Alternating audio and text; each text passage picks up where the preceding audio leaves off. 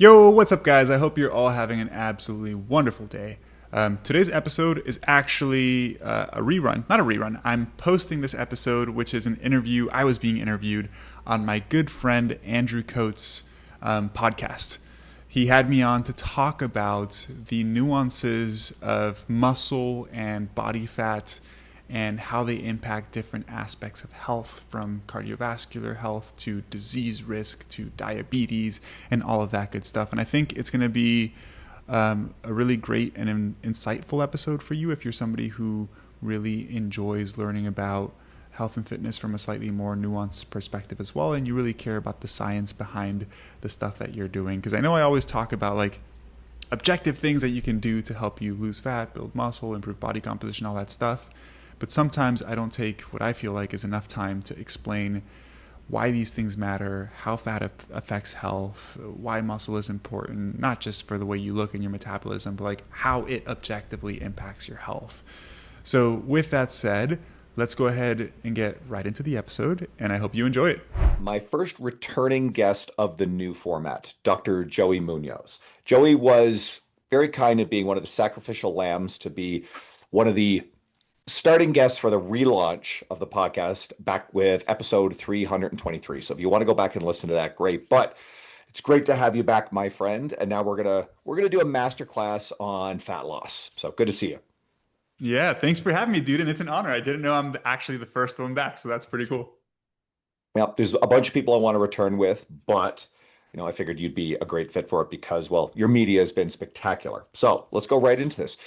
Yeah. Does losing body fat directly drive health improvement, or is fat loss a concurrent byproduct of what's actually driving better health?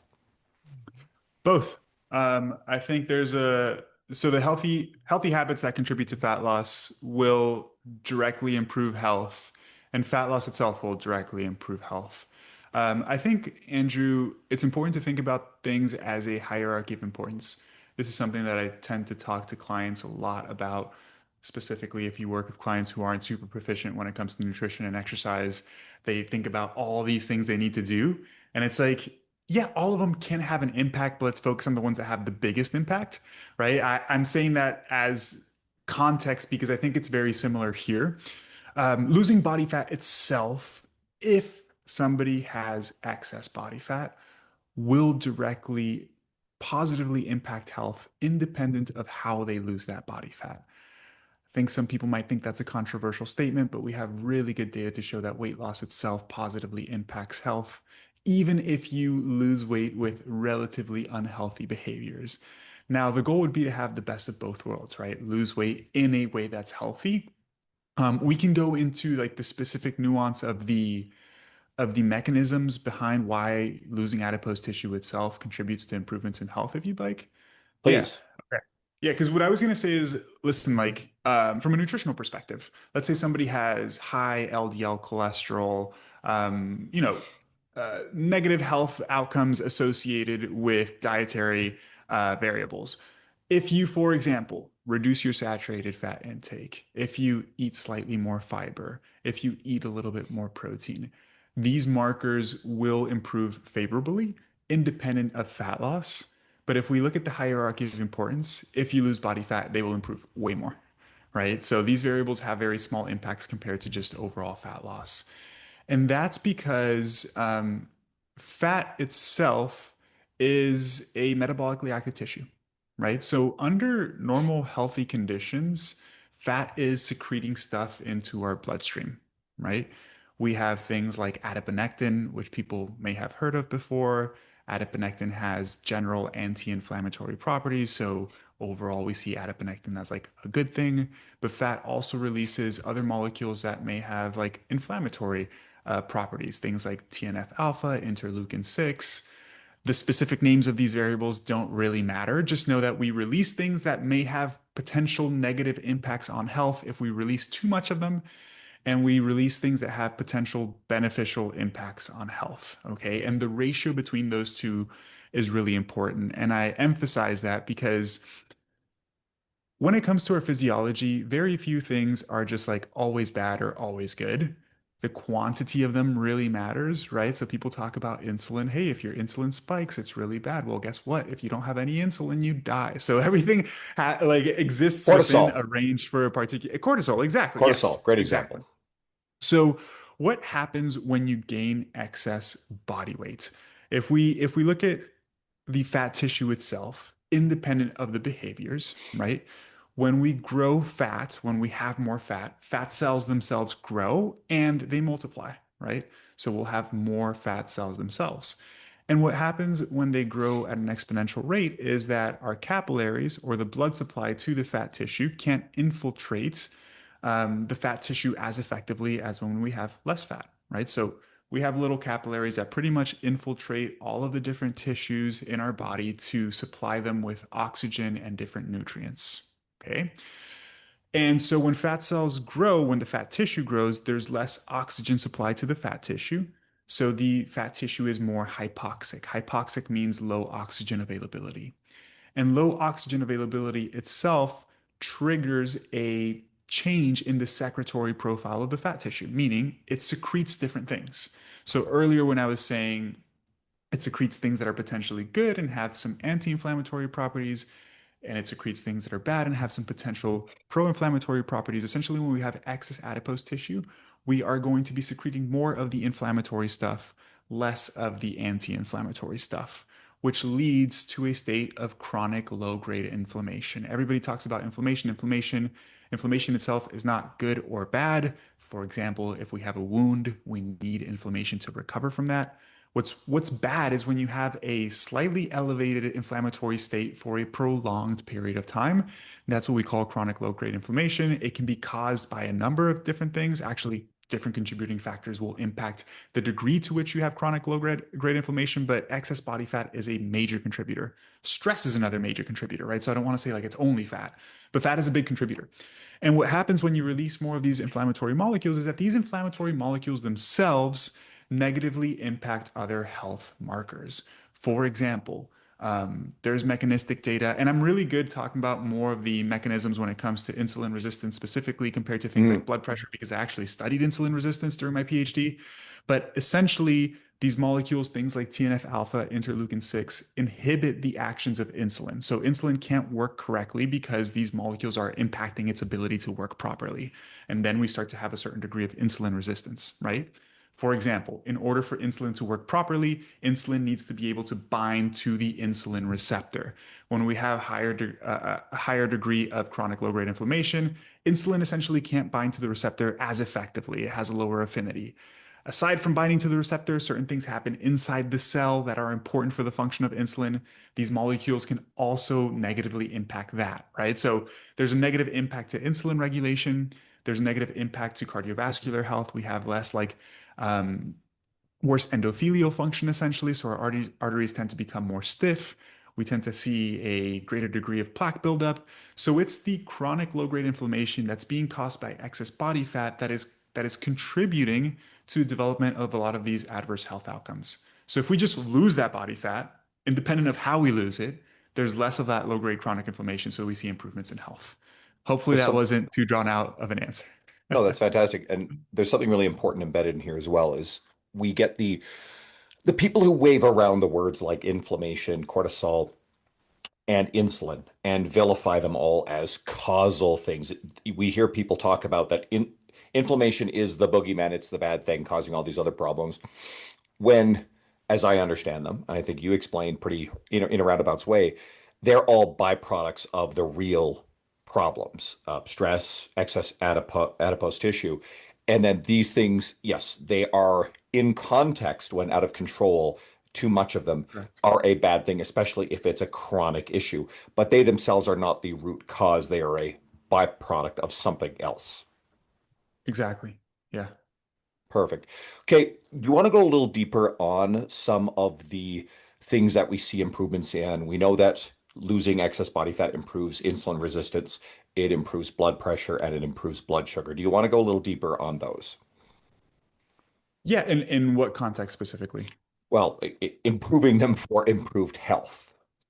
Yeah, I guess my question is Sure. talking about going a little bit deeper in them in the context of how it would improve health or some of the mechanisms there. Sure. And I think we can also, if there's anything more to add about how to go, like the behaviors that will actually improve blood pressure, improve blood sugar, insulin resistance. If there's any more detail in terms of, the process of losing body fat for those things, over and above just the simple act of however you lose the body fat. Yeah, yeah. So I think if we return back to the original question of is it the behaviors or is it the body fat itself? They go hand in hand because the behaviors will drive reductions in body fat, and then the behavior themselves will have unique benefits, right? So, for example, if we talk about having high cholesterol, right? Mm, There is a contribution of this chronic low-grade inflammation that we're talking about in the sense that chronic low-grade inflammation will impact how our bodies produce and metabolize cholesterol and lipids, right? So our liver might be producing more LDL, less HDL when we are in a state of chronic low-grade inflammation. So all this stuff really overlaps. It's not like inflammation causes one thing. It's like all of this stuff is happening simultaneously.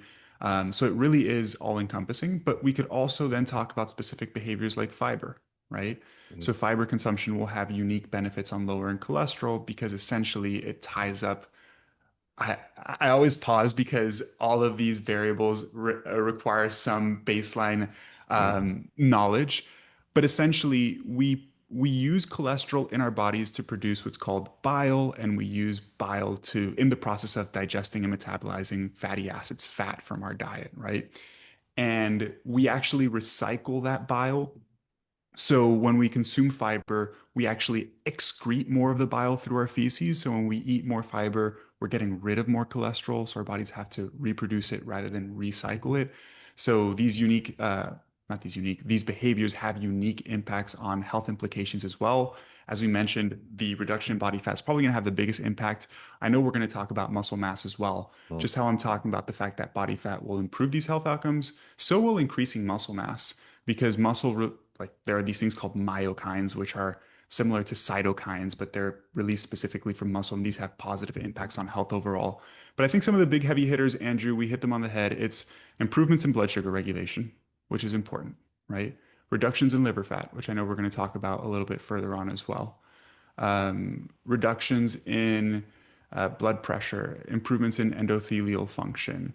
And the improvements in blood pressure happen due to a number of different things. But the big one is that not just as we age, but as we are in worse health overall, our arteries and our blood vessels become stiffer. So they're actually pretty elastic, right? And when they're more elastic, essentially more blood can flow and there's lower blood pressure. And when they're stiffer, there's higher blood pressure. So there's improvements in the elasticity of our blood vessels. There's a reduction in blood pressure there overall. There's a reduction in blood lipids. I think those are the big three ones that most people focus on, anyways. Then you could talk about like optimizing hormonal health and stuff like that. Like being obese and having excess body fat definitely negatively impacts things like testosterone and estrogen balance and all of those things, cortisol levels, but they kind of all go hand in hand. Like reductions in body fat will have a positive impact on health globally, which includes all of these different mechanisms. All right. This is the one that might get contentious in the minds of some people. Can someone truly be healthy at a higher body fat percentage long term? Or are the examples of people who seem to be, are those outliers and almost like survivorship bias? I think it depends on how we define healthy, man.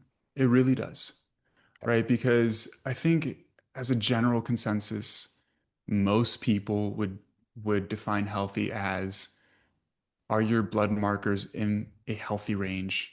Do you feel pretty good? Do you have decent energy levels? Are you not in chronic pain? It's funny because when we talk about healthy, most people talk about the blood biomarkers and they don't really consider like how they feel. And I think that's just an equally as important part of health. By that standard of definition, can you have a higher body fat and be healthy? If that's how we define fat, yes, you definitely can. That said, could you be otherwise healthier by reducing body fat? Yes. Like body fat itself is an independent risk factor for worse health, right? So if you take somebody who is obese or has excess body fat or a high body fat percentage and they are relatively healthy based off the standard markers, if they now reduce body fat and have a normal amount of body fat, they will most likely see improvements in those health markers, right? So it's a tricky question, man. It's a tricky question because you can also argue, Andrew, that like body fat is important, but lifestyle is also really important, right? And I'm really happy that when we talk about this question, it's body fat percentage, not Mhm. body weight, because we know so many people. I know we're going to be talking a little bit about skinny fat, but there's a lot of people who are it's in the scientific literature, it's called normal weight obese, which essentially means skinny fat. It's like you don't weigh a lot, but you have a very high body fat percentage. And I think there are some data comparing individuals who are higher in BMI and potentially have a slightly higher body fat percentage, but they're really active. They have a high level of muscle mass. They have a healthy diet. They exercise regularly. Compare them to somebody who is normal weight, but is not really healthy from a lifestyle perspective, don't have high muscle mass. Mhm. And the health implications are not favorable for the person who's just normal weight, right? So it's a complex topic, man. In general, could you be overweight and be considered healthy based off markers? Yeah, definitely. Will that person be healthier if they reduce body fat? Yes, for sure. And I think it's hard, Andrew, to compare a group of people to another group of people because there are so many additional variables, confounding factors, and genetics play a huge role as well. That's why I like comparing Mhm. a person to that same person. It's like, hey, if you take that person, they reduce body fat, they'll be healthier. And I think it would be a very dangerous narrative. I'm getting feedback here. Dangerous narrative for someone who advocates for, let's say, the health at any size sort of movement, which I think Oh gets yeah. carried away and becomes very ideological. And there's some serious danger with some of the communicators there because of their motives. But I think if they were to take a look at the cross section, compare the people who are engaging in healthy behavior who have higher body fat percentages to the people in the normal weight range, let's call it, nebulous term, who are unhealthy. I think that's a disingenuous comparison because I don't think you Yes. can do that to say, well, oh, look, there's all these, unhealthy people or for a variety of Yeah. reasons. Therefore, comparatively, being, having excess body fat is somehow comparatively healthy. I just think that is a disingenuous comparison. Yeah. And the phrase that you can be healthy at any size is not true. It's like objectively not true. There's a cutoff, right? If you take a person and they just continue to gain weight and continue to gain weight, there will be a point where they are not healthy. Like because the like we talked about earlier, the adipose tissue itself, independent of how healthy you're living in terms of a habit and lifestyle perspective, will have negative impacts on health for sure. When we look at data, Andrew, that contribute, not that contribute, that control for a lot of these confounding variables, like lifestyle, diet quality, sleep, alcohol intake, stress, adipose tissue is a independent contributor to negative health outcomes. So that means like independent of all the other stuff, more fat versus less fat to a certain degree as well. We're not talking about being like single digit body fat here, right? Mhm. But having lower body fat will have positive impacts on health for sure. There's obviously a sweet spot range, and we know that Yeah. below that, it's also not healthy. And oftentimes, if people are below that, outside of genetically people who just do really well at really lean body fat percentages, usually again the behaviors driving those lower body fat percentages, especially if they're eating disorders present, those things very negative impacts on health. Let's do the skinny fat thing. So Sure. we can we can start here is like, are obese people actually lower in muscle mass? And I want to kind of preface this because I've heard this before. And I think about some of the populations I work with. I do work with some people who significant weight loss, and those people have loads of muscle mass. People who are pretty big. It's Yeah. just underneath a lot of body fat. But those are also a population that are moving around. So I'm thinking that if you're actually somewhat active in your lifestyle, you have that independence, but carry a lot of body fat. I think structurally, to move that around, you tend to actually have a fair bit of muscle, especially in lower body. But then you think about, okay, there's going to be people who are actually quite sedentary and very obese. And then there are the skinny fat population, people who are in a normal weight range. I've worked with people like that before who've got NAFLD, non-alcoholic fatty liver disease, which is sort of a rising problem in that population. So can you break that all down? Yeah. So I guess first let's address the first question of like, do obese people actually have lower muscle mass? The answer is no. Like as you mentioned, a lot of people who are overweight actually have more muscle mass. Again, let's always say this in the context of controlling for all other variables, Hmm. right? Because somebody might listen and be like, well, the person who's obese, who's totally sedentary, you compare them to me and I work out and I have a ton of muscle. They don't have more muscle than me. Yeah, because we're not controlling for the other variables. But if you think about what causes muscle to grow, it's stress and load, right? And what do heavier people have more of? More stress and load on their muscle mass. Yeah, on their muscle mass, right? So specifically with the lower body, if you're walking around, even if you're not walking a ton, if you take two sedentary people, one, they both, let's say, get 3,000 steps per day. One has normal weight, one is heavier. The person who is heavier is most likely going to have slightly more muscle mass, right? Talking about the whole skinny fat concept, uh, when we define skinny fat, just to define terms, it's somebody who, based off of BMI, is essentially not overweight, right? Like their weight is normal or healthy, but their body composition is not healthy, meaning they have low amounts of muscle mass, therefore, still a very high body fat percentage, right? We could take a man who is normal weight, puts on clothes, doesn't look like they're overweight at all, but maybe they're 30% body fat, right? Again, just because they have low amounts of muscle mass. And there's really good research on this. Again, this is why it's a defined term in the research literature, like normal weight obese, because that type of subset of the population also has negative health implications. And Andrew, I think it's because, like, yes, as I mentioned earlier, adipose tissue is a unique contributor to negative health outcomes. But I really do think, and personally, I will be clear up this up front, I haven't looked too deeply at the data on this, but I think it has more to do with the ratio of muscle to fat mass that somebody has, right? That really is a very important factor because if you have low amounts of muscle mass, you are going to have negative health outcomes, both from a blood biomarker perspective as well from a physical perspective. Like you might experience more pain and discomfort, less ability to do things physically, right? So the muscle mass component is incredibly important. I want to take a pause because I want to make sure that I come back to the original question, which was, do fat people or do people with more body fat, can't call people fat anymore, but do people with more body fat have less muscle mass? Not at all. Is being normal weight enough? No, because the whole skinny fat thing definitely has negative implications on health. And where do you want to take this question from here? Let's see. Well, how dangerous is it to be skinny Yeah, fat? that's a good question, man. I think it's pretty dangerous, right? I think you had also brought up the concept of non-alcoholic fatty liver disease, and we can definitely Yes. tackle that too. Um, but it's pretty dangerous. First off, muscle itself is the biggest reservoir for sugar in our blood, right? So we store glucose as glycogen. We store some in the liver, but then we can store a whole ton in muscle mass. So essentially, the more muscle we have, the better our bodies are at handling glucose.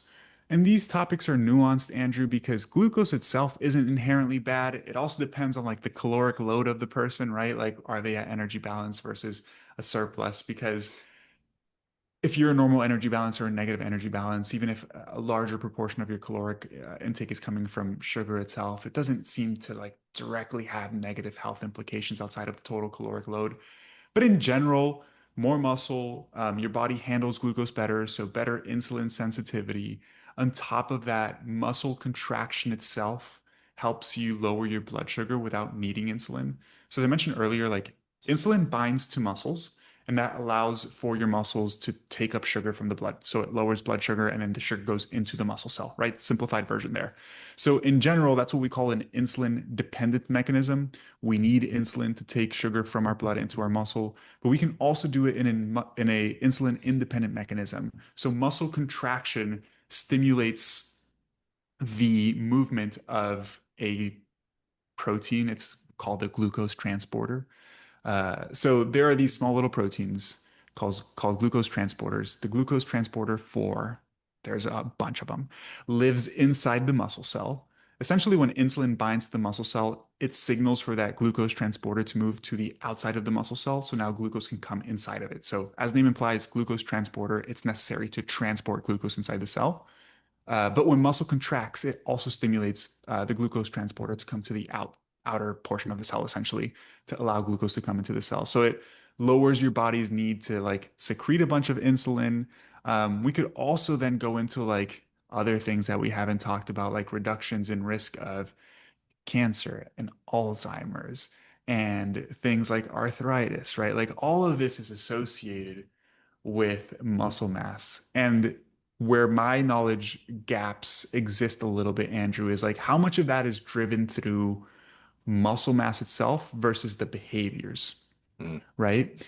Because another thing we see, Andrew, is like muscle mass is important, but there's a reason why we don't see positive health outcomes in bodybuilders that have like ridiculous amounts of muscle mass compared to somebody who has normal amounts of muscle mass. So I do think there's an impact of the behaviors themselves, right? Of like the stress that you're implying on your body from exercise itself, independent of how much muscle mass you have. It's like I forget who made this. I think it was Lauren Colenso Semple. I always say her last name incorrectly, No, that's right. but she made a post talking about like how people are going crazy about grip strength, Mm. right? And it's like, I need to train my grip. I need to train my grip because grip strength is associated with longevity.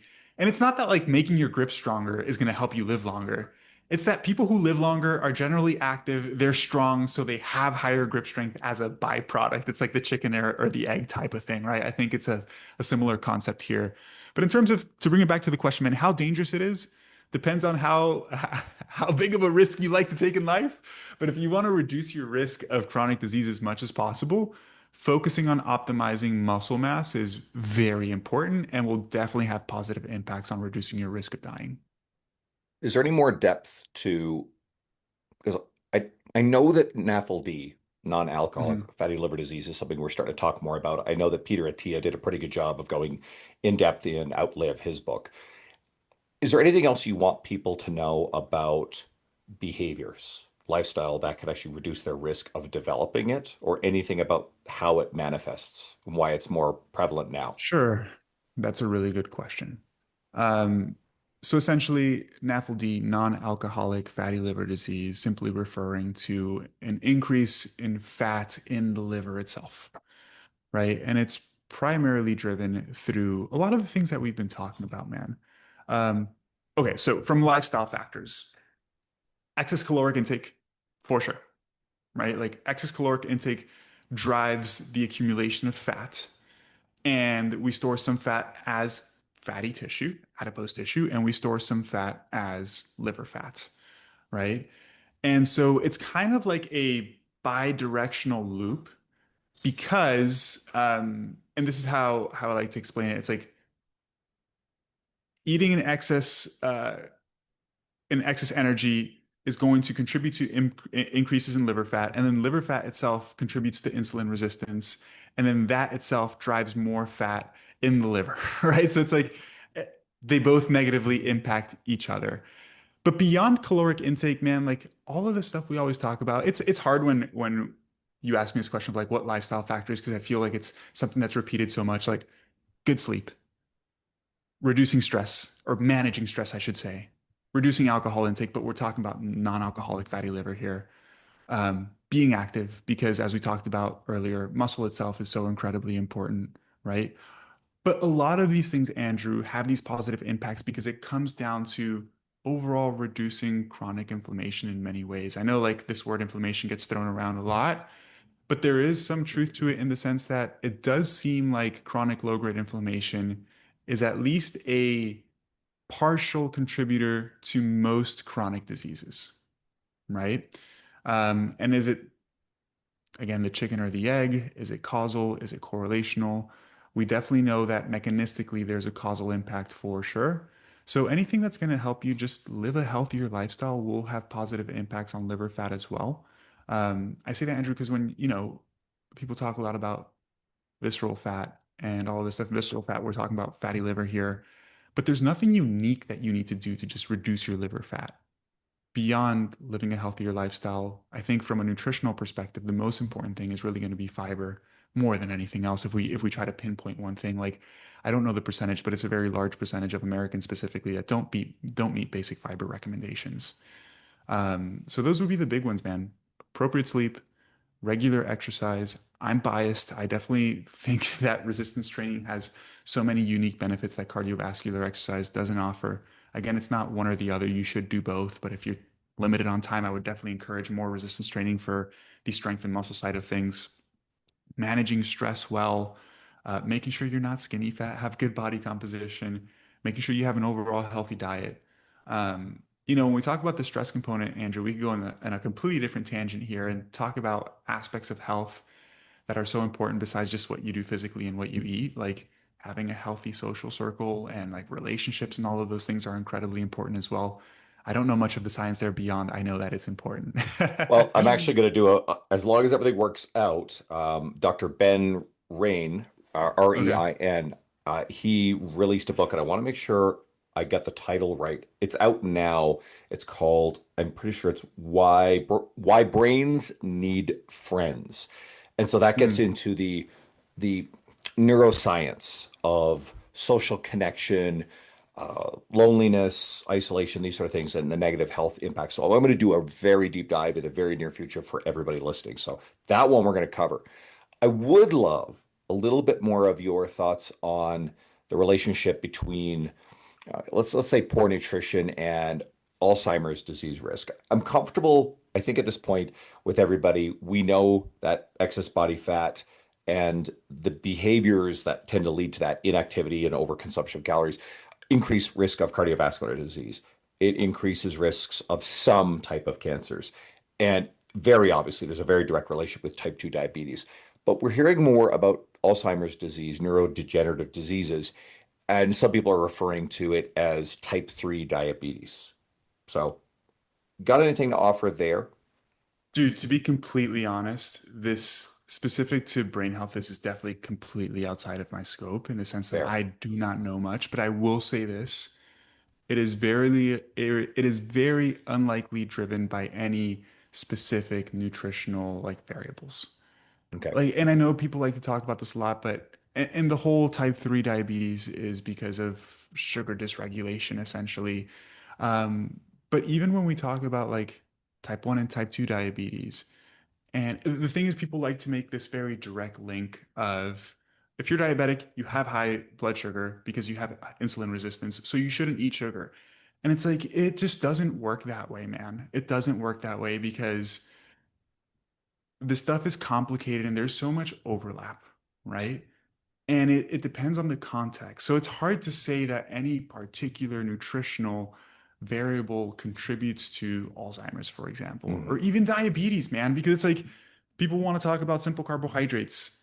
And it's like, yeah, but if we don't talk about the context of energy balance, it just does not matter. It just does not matter, right? And then people talk about low carb intake so that you can regulate your blood sugar. And ironically, high fat intake actually negatively impacts insulin signaling, right? So beyond that, I really don't feel super comfortable talking on this topic because I just don't know the etiology of like brain related diseases as I do with some of the like more common diseases like diabetes and stuff like that. But I can strongly say that it's definitely not driven by any singular particular nutrition related variable.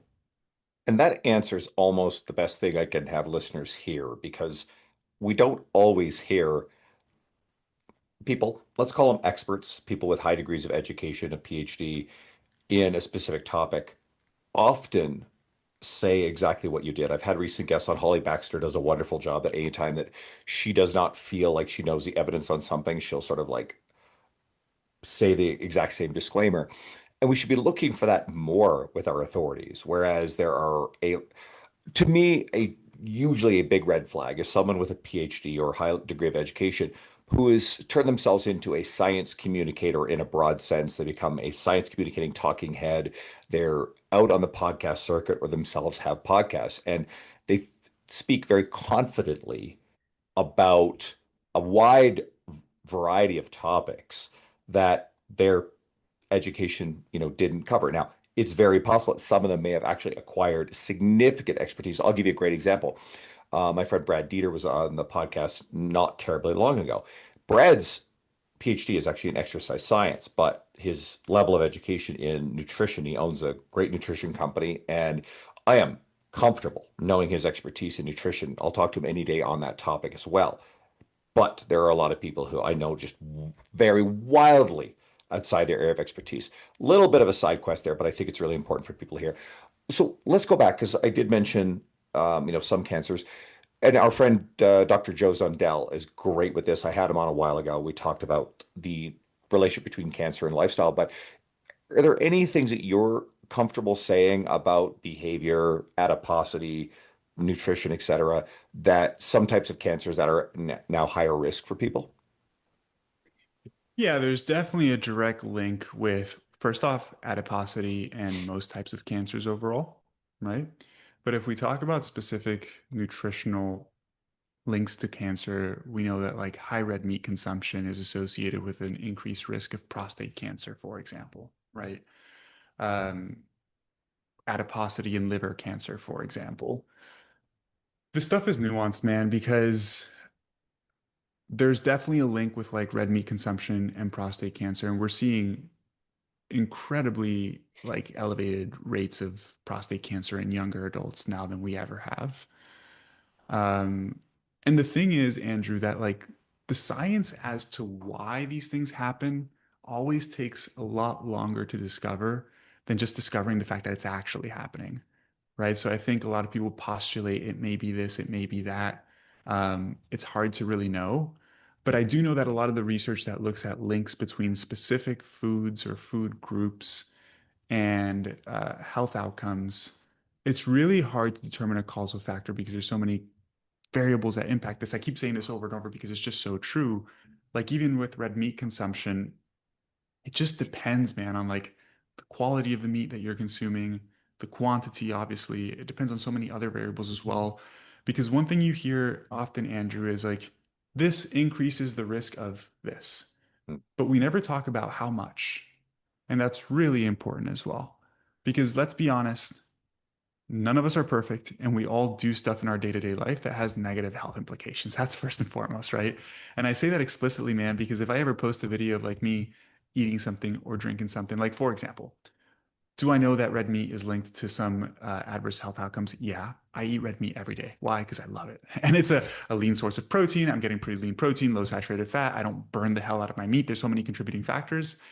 But like I do it because I understand it may carry some risk, but I enjoy it, right? And I bring this up because going back to the relative risk stuff of red meat and prostate cancer, for example, I think if I'm not wrong here, I might be slightly off on the specific percentage, but there is a 20% increase in the relative risk of prostate cancer when you consume, I can't remember the quantity, but it's a fairly low amount of red meat on a regular basis. And 20% sounds really scary, but it's relative risk. So it's 20% increased risk of your baseline risk. And I think lifetime risk of prostate cancer is something around 15-ish%. I could be wrong about the specific number there as well, but let's say it's 15%. So it's a 20% increase of 15%, right? Which is about 3%. So it goes from 15% risk to about 18% risk, which is not insignificant, but it's a lot less scary than 20%, right? So all this stuff it is really nuanced, man.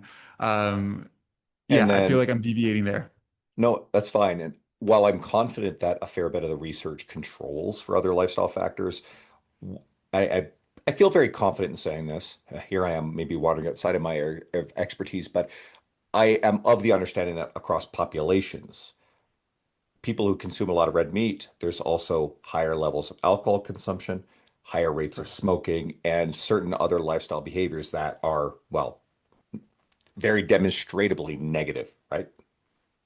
Yeah, and the difficult part, man, is like to look at something like cancer risk. You can't do a double-blind controlled placebo trial because you can't like control people's lives for years on end because it takes years to develop something like cancer, right?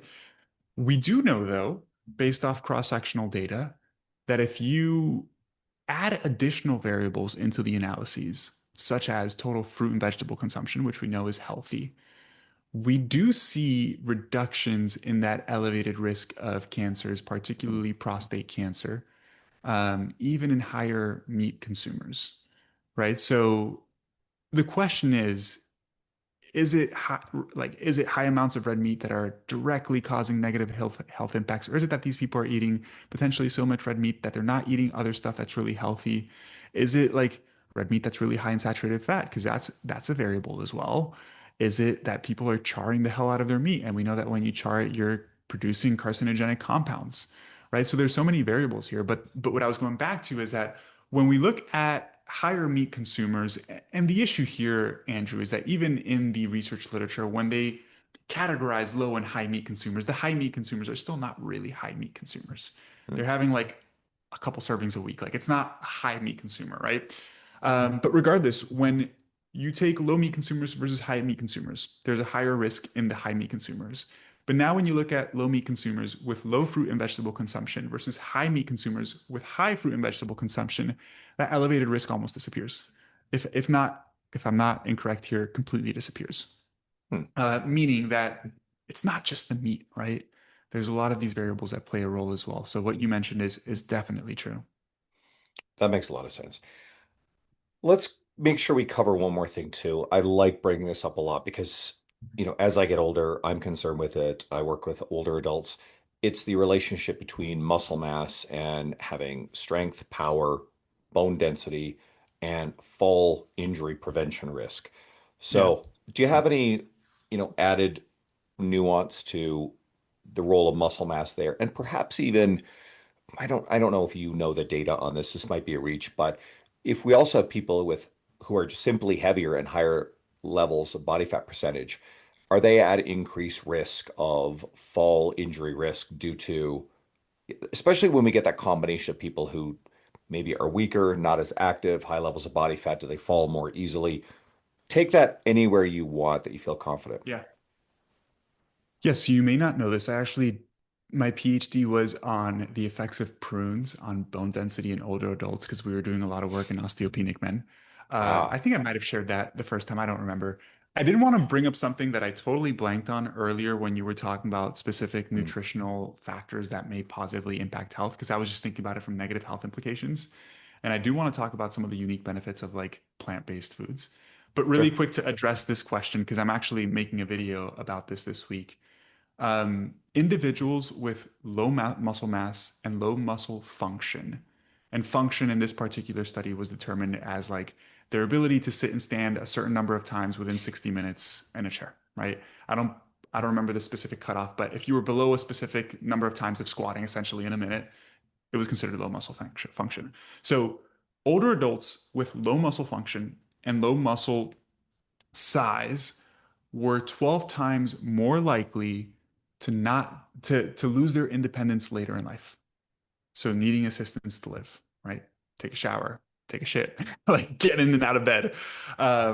Literally just predicted by low muscle size and low muscle function. To translate that to a percentage, that's 1,200% greater risk of losing your independence. So significantly greater risk. It's very, very, very important. And there's a direct correlation between strength and muscle density, not muscle density, bone density as well, right? When we're talking about risk of fracture from a fall, it comes down to two things: your risk of falling, which comes down to having low muscle mass and essentially and power and reactivity as well, right? But all of these things, as we know, go hand in hand. You're not going to have high muscle mass and super low power and super low reactivity because they go hand in hand. They're trained fairly effectively. You could correct me there if there's some nuance, but Well, funny because the added nuance at high levels is literally okay, the last episode with Christian Thibodeau. He actually goes really deep into, the neurological recruitment of muscle and where we see the component of strength that is the baseline of actually muscle, and then how much of it is actually the neurological efficiency of recruiting your existing muscle. It's a fucking masterclass. If you guys are interested in this stuff, last episode, Christian Thibodeau, the guy's a god at this stuff. So that'll cover that. okay, cool. But okay, first we talk about risk of falling, and a big part of it is strength related, right? But regardless, lower muscle mass, lower strength, lower reactivity, higher risk of falling. And now the issue is once you fall, what's your risk of actually breaking a bone? And that comes down to bone density, right? And strength and bone density are directly correlated, simply because your bones respond to stress very similarly as muscle does, right? Like your bones get stronger if you place load on them, which is just our body's natural ability to build resilience to stress, right? So I actually have not seen data, Andrew, comparing like obese older adults versus leaner older adults. In general, we don't see very many obese old adults.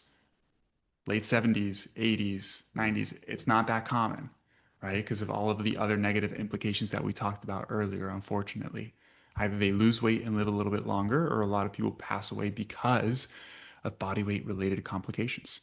But I think if we use a certain degree of logic here, we can extrapolate and say that if somebody is significantly overweight and falls, they likely do have a slightly lower risk of breaking a bone. They probably have slightly higher bone density because they have more stress on their bones. And then beyond that, there's a certain amount of cushion being provided by the adipose tissue where all of that stress isn't going to be placed just on the bone, right? So I guess you could say that's one positive effect. And I think that muddies up the data on this because, again, I'm not a master of this data, but I think it's kind of inconclusive, especially at moderate levels of muscle and body fat. Mm, I'm very comfortable saying stronger bones, stronger muscles, definitely significantly more resilient against a fall fracture injury, a serious one. But as to whether or not the extra adipose tissue and cushioning, logically speaking, I agree. It's something that will cushion the fall. And it could be one of those situations where you have someone who is smaller, low body fat, and let's say frail, but I think the frailty of bone and muscle is the really big contributing factor. And if they don't yeah. have much cushioning on top of it, I'm comfortable thinking that those people are at a much higher risk of falling and breaking something and all of the negative stuff that comes from that. So yeah, I think that kind of covers the nuance. I don't think anyone wants to risk it. I think maintain as much muscle, bone as possible, stay strong. And again, we talk about this with Christian in the last episode, the speed and power as you age, those decline faster than muscle, than bone strength. Yeah. And if you fall, and hey, listen, I've been there, right? Anybody who's listened to the podcast for a while, like a year and a half ago, I slipped on my stairs. I love joking about carpet and socks on stairs is just a really bad combo. And anecdotally, I've heard that plenty of people have been found dead at the bottom of the stairs with that combo, and it might just be that like a fall injury death. But anyway, it scared the shit out of me. I fell, my legs came out from under me, one kind of buckled back under, and I landed, and I'm heavy. And I actually sprained my ACL in the process, and it's not 100%, but it's significantly improved. But boy, did that ever scare the shit out of me. But again, like I've actually fallen other times. I've fallen on the stairs numerous times. I have this bad habit of taking stairs really fast. I've more or less changed it. I hold the handrail. I know this sounds ridiculous, but I've fallen, and because I'm quick and muscle and power and what have you, I usually am able to catch myself, whether it's my hands hit the ground really quickly or grab a guardrail or something. But you lose that, and you're far more likely to actually fall and have a hard impact on your hip, on your legs, your knees, etc. So I'm a big advocate. Speed, power, explosive training as we age. Yeah. And the other thing I was going to touch on is because you were mentioning like older adults who maybe are very low body fat, lower muscle mass versus one who has a little bit more body fat, a little more muscle mass. Again, we have to talk about like um, these things as a range, right? Because like excess body fat, not good, but very low, also very bad. And then older adults who tend to have very low amounts of body fat, it's because they're pretty frail and they're undernourished, right? So they're deficient in particular nutrients that are important for things like bone density. This actually kind of brings me back to what I wanted to interject that I forgot earlier, is that I am of the not I'm not of the belief. I think that the data clearly show that all food groups have unique health benefits. And I think it's silly to cut out any particular food group for any reason besides the fact that you have a sensitivity or an allergy to it, right? And I say that because there's all of these different diet camps where it's like, don't eat fruits because of this, don't eat meat because of that.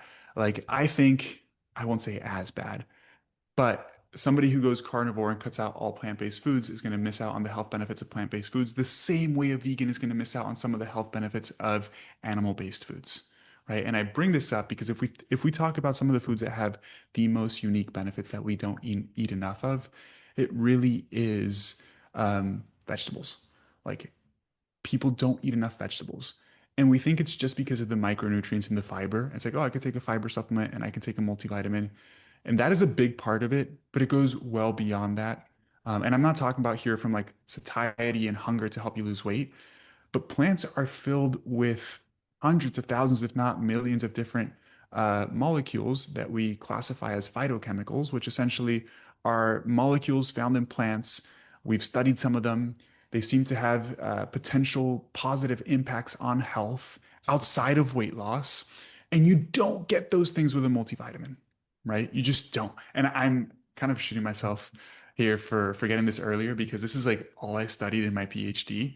We would look we would study a lot of the health promoting effects of specific plant-based foods outside of just their micronutrient composition. And we used to do this by having a matched control that was just like a multivitamin that matched the nutritional profile of the food. But for example, beans, all sorts of beans have particular types of phytochemicals that seem to have unique benefits for cardiovascular health and prevent plaque buildup and atherosclerosis, right? We were looking at the impacts of something called bitter melon on blood sugar regulation. Like plant-based foods are just so rich in so many compounds that we like don't even really know what impacts they have yet, beyond the fact that overall, time and time again, when people eat more plants, they have better health outcomes, and it goes beyond just weight and like what their micronutrients are. And when we talk about micronutrients here, Andrew, we're talking about vitamins and minerals. Minerals, we kind of know everything there because they're just basic elements. But when it comes to vitamins, the vitamins that we classify as essential, it's because we need these to actually survive. And if we don't have them, we die because it causes deficiency. But a lot of these things have vitamin-like properties. We just don't classify them as essential because you're not going to die tomorrow if you don't have it, right? But the research is pretty clear that they do have very positive impacts on health. You're not going to get rickets. No. I'll leave off there. Ladies and gentlemen, Dr. Joey Munoz, I want everybody to go follow you if they're not already. Instagram at dr.joey Munoz. Okay. Anywhere else you want to send people? Any other resources you want to share? My podcast, the Dr. Joey Munoz Show. I don't know if I said this the first time, but I spent like 2 weeks trying to come up with a creative name, man. I was like, I just can't figure it out. I'll just name it the Dr. Joey Munoz Show. But yeah, my podcast is way more focused on body composition and fat loss tips and sustainability, since that's what I tend to focus on. So if you're interested in that, go check it out. So, quick side quest here. Yeah. Podcast naming, there is something to this. And people both love, they think my podcast name is quite clever and I love it, but it's actually a terrible podcast name because it doesn't have a high searchability. So I trade Keyword. off, yeah, I trade off the fact that you guys, and here's the call to action, will take this and share it with somebody in your world. So that way more people find Joey, they find these masterclass topics, my show, and the guests that I'm going to continue to bring on. So you guys help me that way. Yes, and I think that what you and I both rely on to a degree is our other media driving attention to the podcast. But our listeners, you guys, and sharing it with the people in your world is the key factor there. If anybody decides that they really want to start a podcast, number one is actually, I'm going to give a shout to my producer because he's a beauty. Chris Little, he's the one who does all the back end stuff. He does all the slides. He's the one who puts together all the ads. And I couldn't do this stuff without him. He's great. He's got his own podcast, but he's also got courses and he will answer your questions if you guys are literally interested in podcasting. He's great at this stuff. So go check him out. Just search Christian Little on Instagram. I follow him. You'll find him. He's so super. And yeah, it's definitely a challenge in this space because there's not a lot of organic discoverability. But in the meantime, guys, go follow Joey. Thanks for tuning in. I appreciate everybody. Awesome, guys. I hope you enjoyed that episode. If you are a regular listener of the show, I would really appreciate if you just take a second to rate the podcast and leave a review. It really helps me a ton. And I will catch you in next week's show. Peace.